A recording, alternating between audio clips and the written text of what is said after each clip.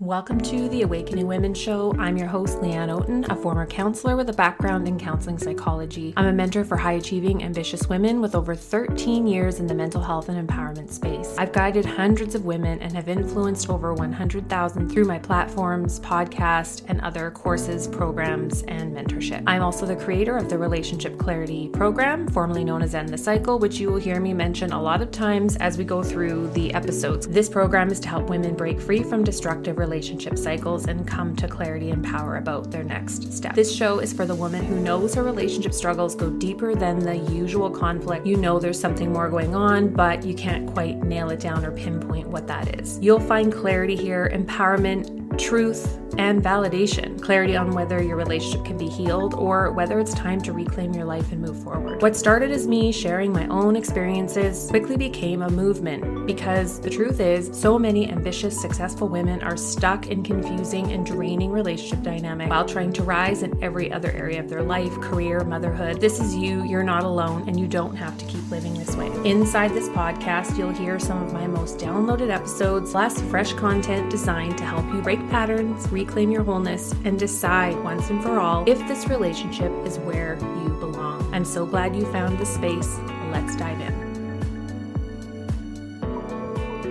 Welcome to this edition of the Awakening Women podcast. I'm your host, Leanne Oaten, and in this episode, I want to touch on identity and what that has to do with women who are rising above old patterns in their love relationships with food, with their body, and money and success.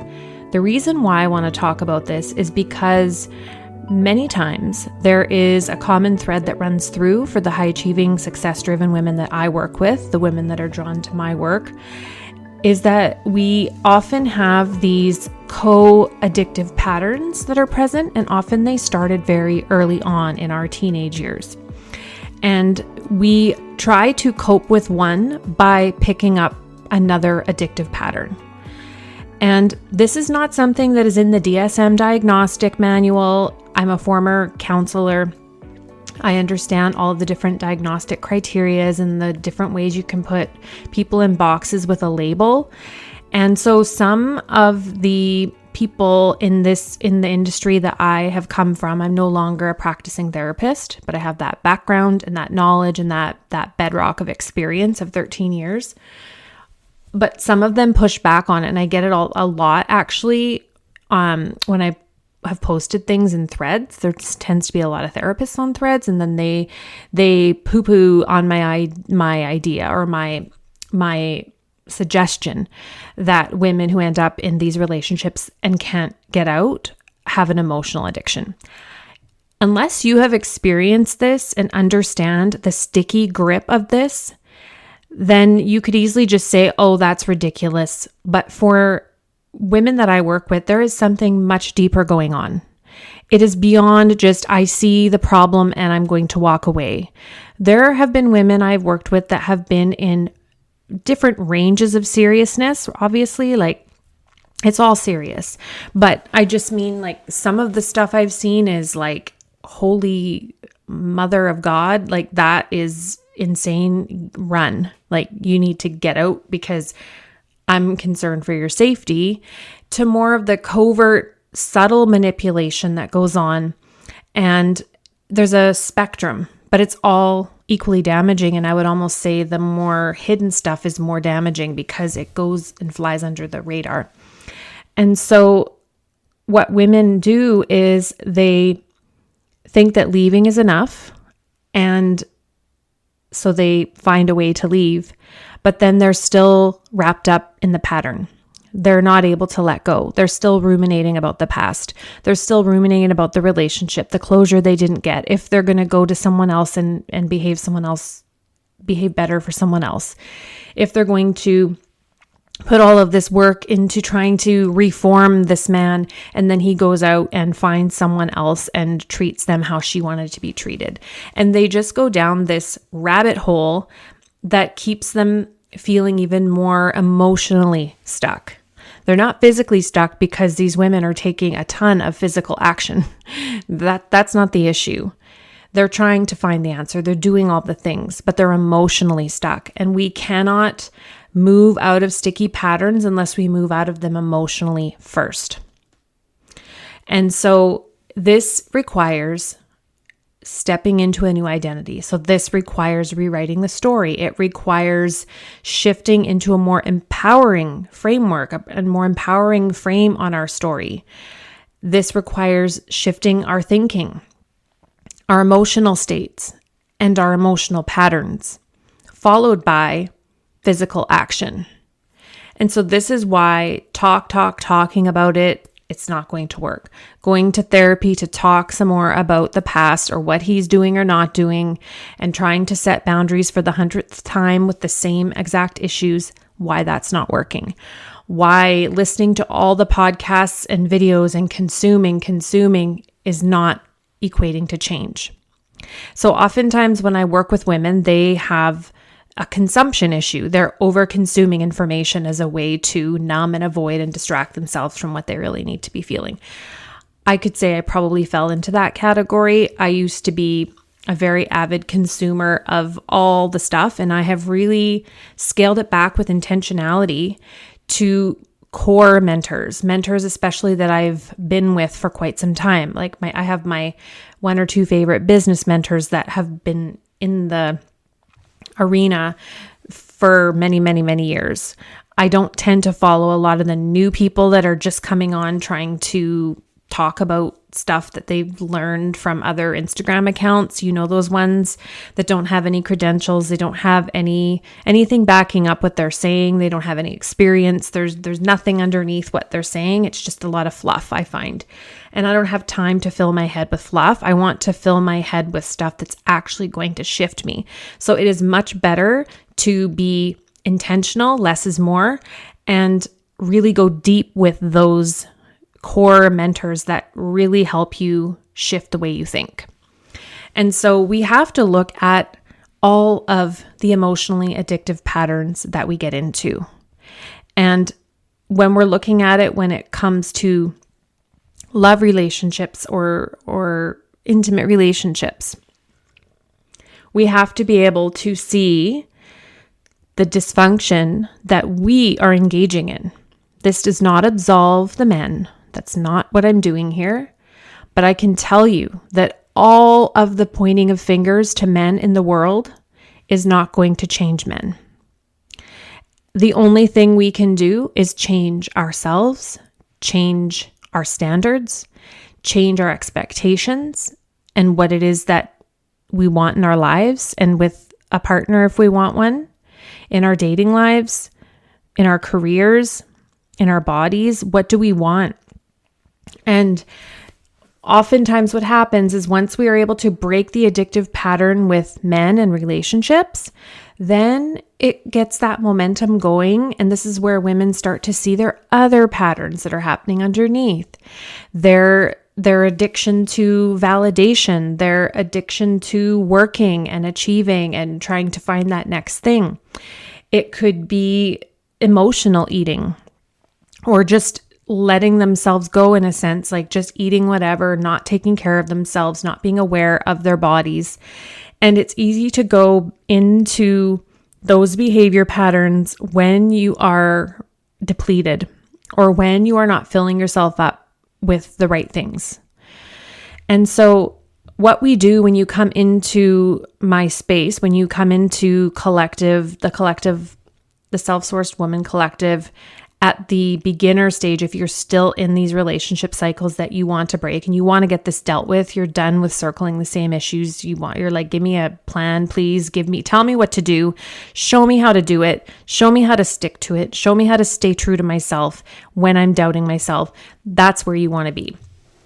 But once you have done that and you have come out of those relationship patterns, then we move into this other deeper work. And it's a lot easier to do that when you're not in the chaos of these relationships. Because oftentimes if you have a food addiction, sugar addiction, alcohol, or an unhealthy relationship to alcohol, or you're overworking and hustling and just pouring yourself into work to distract yourself and you're not taking care of yourself.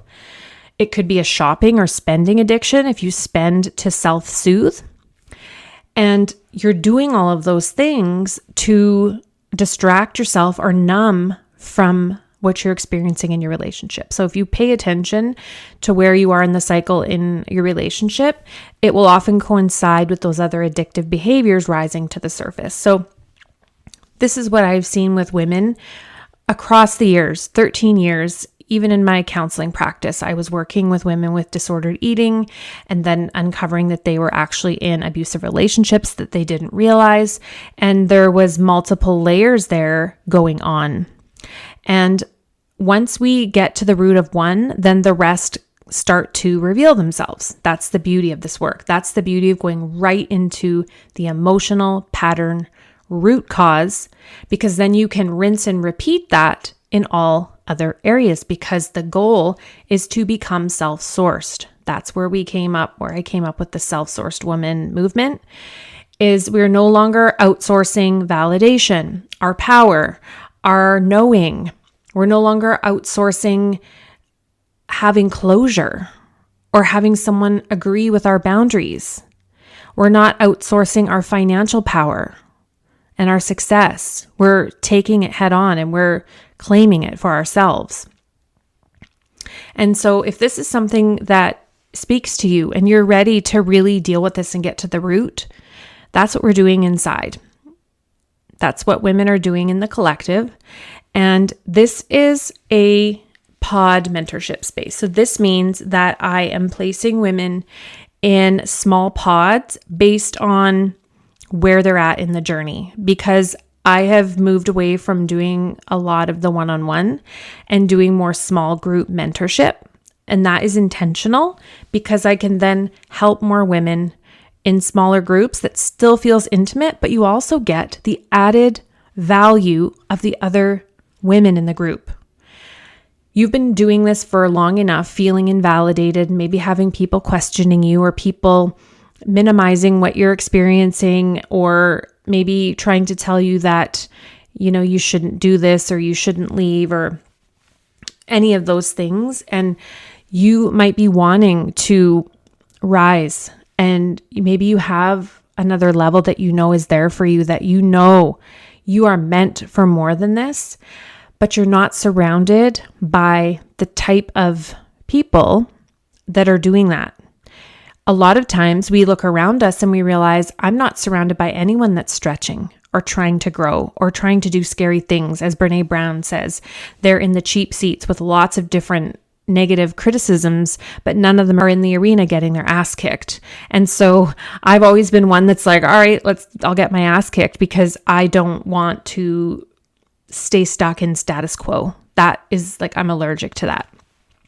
So I think that's a high achieving woman trait. Is I remember always feeling like I do not want to be a victim, like, ooh, gross. If I have any of that in me, please show me how to get out of it, because that feels gross. It is a really stagnant energy, and it is not a place we can do any expansion from. We have to step into our power fully as self-sourced women who are sourcing their power, success, health, clarity, intuition from within. Inside of these pods is where you're going to get mentorship from me each week. And based on where you're at, you'll be put in a pod with like-minded women that are in that same phase. So if you would like to hop into the collective and you are in one of these relationships that you absolutely know is not good for you, but it's so sticky, you just can't seem to emotionally break that loop of feeling like you're going to leave, and then you try to leave, or maybe you have left a few times, but you keep going back. We need to deal with the root cause, because you could leave this relationship. Maybe something could happen. You do leave, and this time he moves to another city or he finds someone else. And so then it really does end. And it's not necessarily that you ended it and stood your ground. It's that he moved on. And so then you can repeat that in other areas, jump back into dating and get into another bad situation. You can repeat it with food or alcohol or workaholism or spending, not really having respect over your money and empowering yourself in those areas to stabilize, you could put yourself in another bad situation. And I have seen many women who will say, I have been in a string of these relationships. It's a pattern. And this is why you have to do this emotional work. It's not fun. It's not just like, oh, here's a quick fix. No, you've got to feel your way through it. You have to do the emotional work. And this is not about talking about it. The women are not doing a lot of talking about it in our groups. They do ask questions and they get mentorship, but there's not talk therapy going on in there. It's action. And the reason why is because women that are success driven, we are very ambitious and tenacious, and we have goals, and we like forward momentum, like give me something to do and I'll do it. These women typically have been pushing down how they feel. And so we do need to tap into this. And usually traditional therapy is not going to get to the root of this for these types of women. And they will soon discover that therapy just does not meet their needs and that it just feels like it's another way to stay stuck in the story. So if you're ready to actually move forward, get that forward momentum, take those steps, even when it's scary, be able to be surrounded by a group of women that are doing the work as well, and have those touch points of support and mentorship.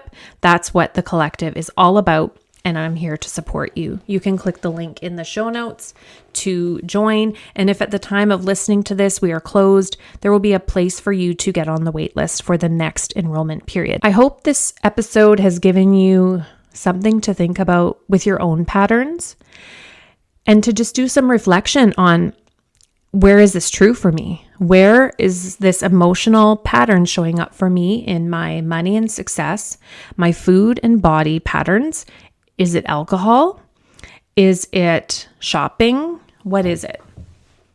And then start to pay attention to how it is that you are showing up in your life and how these patterns are actually holding you back from getting what it is that you truly want. And that's a life of feeling free, of having space to breathe, to make your own decisions, to feel what you really want to feel, to create a home that feels like it holds you for the first time sometimes in your whole life. For some women, is to really know what it feels like to figure it out on your own without needing to outsource to a man or anyone else, to be able to figure it out.